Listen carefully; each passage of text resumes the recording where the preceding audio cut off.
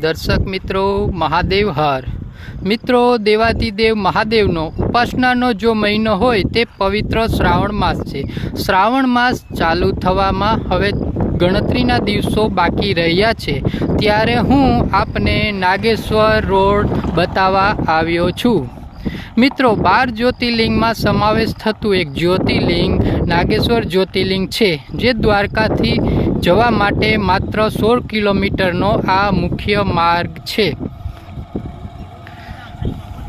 ત્યારે વિચાર એ થાય કે કોઈ પણ યાત્રાધામનો વિકાસ એ સરકારની પ્રાથમિકતા છે, કારણ કે વધુ સંખ્યામાં યાત્રીગણો આરામથી ધાર્મિક સ્થળે પહોંચી શકે અને પ્રવાસ અને રોજગારને પ્રોત્સાહન મળે.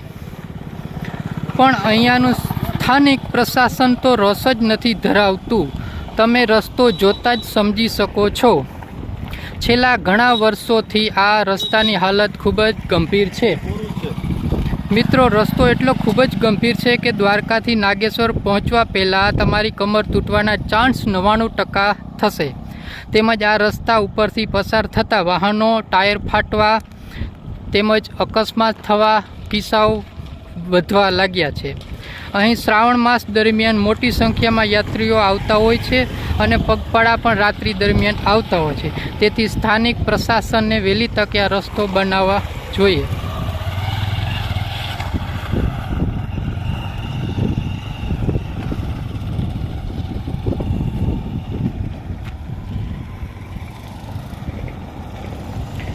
મિત્રો, ગાડીઓના ઘણા બમ્પર પણ તૂટેલા જોવા મળે છે. એકદમ ગંભીર રસ્તો બની ગયો છે.